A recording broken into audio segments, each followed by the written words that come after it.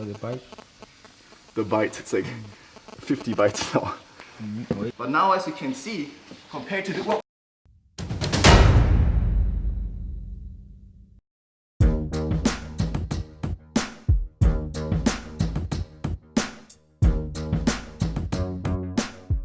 Alright guys, good morning and welcome. We're here with my man Mr. Silence. You see this? We got this beautiful snake I want to show you today. It's called Naja annulifera. So what do you got here, Mr. Silence? Naja annulifera, a snouted cobra. Exactly.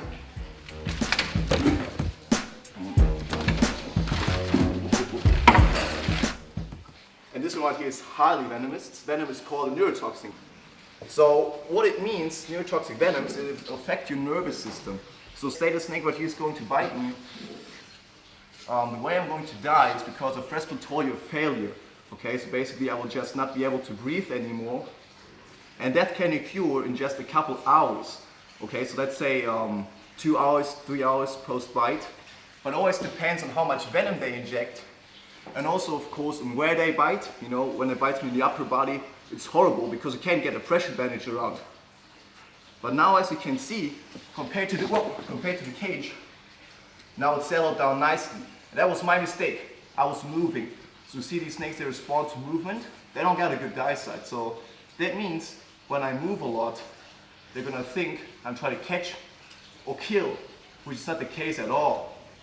So you see now it's settled nicely, looking around, and it's trying to get out of the way. It's trying to get out of here because it doesn't want to be in the open. Every predator can easily make a good snack out of this cobra right now. So it's trying to go for the buckets where it's hiding. So it's gonna be protected. You see, they don't got a shell like a turtle. They don't got anything real to defend themselves except their venom. They don't want to use the venom on me or any other predator. Now, interesting about this snake is, as you can see, it's banded. Whoo! Look at the color, it's beautiful. I love this one. And they're called the Banded Snouted Cobra, formerly known as the Egyptian Cobra. And they found out that this snake here has what we call like a snouted scale on its head. And this is why they make this distinct species from the Egyptian cobra, which is more found in northern parts of Africa. But there's also another coloration. So they come in typical brown coloration or this beautiful banded variation. And they can grow up to about 2.5, sometimes even 3 meters.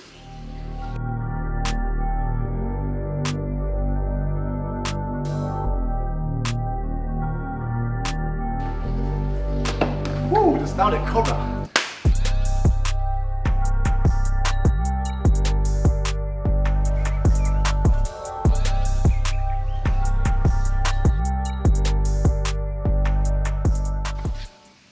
Okay, so here we have Ternes Gecko, also known as the Yellow Anaconda. And this one right here is a non-venomous snake, so I can just touch it normally. I don't need to be afraid of this one because it is non-venomous. As long as I don't smell like prey, it is not going to bite me. But it might, of course, bite. Ow! It might, of course, bite. So you see they have like a great sense of humor. They just bite at the same time as I say it. So they are, of course, very defensive because in the natural habitat they have lots of predators. So out of instinct, they react quite defensive. So you see now it's a striking position there. I might just get another bite. Oh, careful there. Calm down now. And they have about 100 teeth when they're fully grown. Now I would say they have still about 80 to 100 teeth. And they're back curved, which means that if they eat prey, they cannot let the prey escape, obviously. So that's why the teeth are curved back like this. This is just a defense bite. You see it's not crawling around me, it's not constricting me. But still, as you can see, they have a good bite there. It doesn't really hurt, but it's just as a defense. And that's good because usually, like in the wild, if they wouldn't bite like this, okay, then they would just be eaten by every predator. So this is like a sign that this snake is healthy and it's doing very good. I'm going to put it in here to clean the container nicely. So here we got Ternes Gecko, which is also known as the Yellow Anaconda. Now, the Yellow Anaconda is a non-venomous specimen, but they can still bite, of course, so we try to not get bitten. But just so you understand, the Yellow Anaconda is not trying to bite me because it wants to eat me, okay? We don't smell like their natural prey, which is rats and mice, but they can also take down the American alligator. Now, interesting behavior here, as you can see, I already took a bite there from the other one. So you can see when I'm moving my hand, it's following that movement. So it comes now, and that is just known as defensive bite. So they do this. They do it as a defense. Okay, this is not crawling around me and trying to squeeze because I'm not a prey. Okay, and that's a nice behavior. It's showing me that this snake is healthy and it's doing very good. Because in its natural environment, if it wouldn't be striking and biting, then this snake would not survive. So they have to bite, they have to strike in order to defend themselves out in the natural environment. Okay, and that's of course just a baby. They grow much bigger than this. In fact, they can grow up to about 3.5, 4 meters in length. And their relatives, the green anaconda, is also known as the heaviest bodied snake in the world, which can grow up to about 220 kilos. Can you believe it? One snake, 220 kilos. It's incredible. So these guys, they don't get that much, that big, but as you can see, they're still quite feisty, which is good. It's a healthy snake. Yellow anaconda. If they bite me or not, I still love them. Whoo! So the bite? The bite, it's like 50 bites now. Wait. Pause. But unlike cats and dogs, snakes fortunately do not carry any harmful bacteria in their mouth. Now, let's see how you actually handle the anaconda without being bitten. And if I get my hands any closer than this, it can actually strike and bite. So it's like a strike range. You see, it's very big right now. So we try to minimize that strike range with this very big hook stick to get the snake out of our way. You see now the strike range is much smaller. As if you touch here, it can't bite you. Because I got the head here, you see? Okay. So what I do is I just fix the snake right there. See, now I can touch. See, it swings around, but it can't really bite me. Okay. What I do then, that's coming this way. In order not to take a bite, just take it here. Just like a venomous snake, then grab the tail, you see? Now it cannot bite me anymore. Okay. You see this? I'm out of strike range. Now put it in here nicely. You see, I don't squeeze, I just hold gently. Put it in, and there it is, you see? That's how you don't get bitten. And now you can also just take the tail like this, and you also don't get bitten like that. You see that? Whoop, whoop, whoop. That's also how you don't get bitten. Okay, come on in there. There you go. You see, that's also how you don't get bitten. That was close.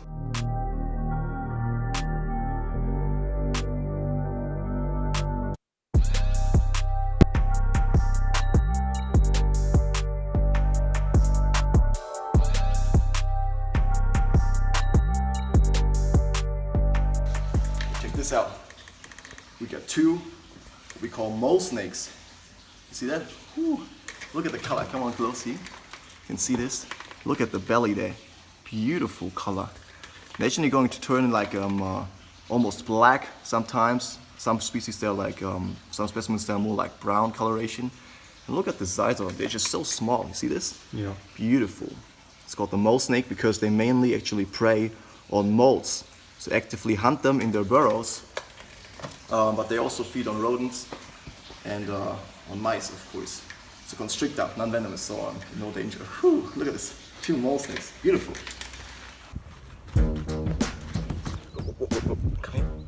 Come here. Check this one out. This is what we call the Ternes Gecko. I'm gonna give it in focus here. Look, it's a small one.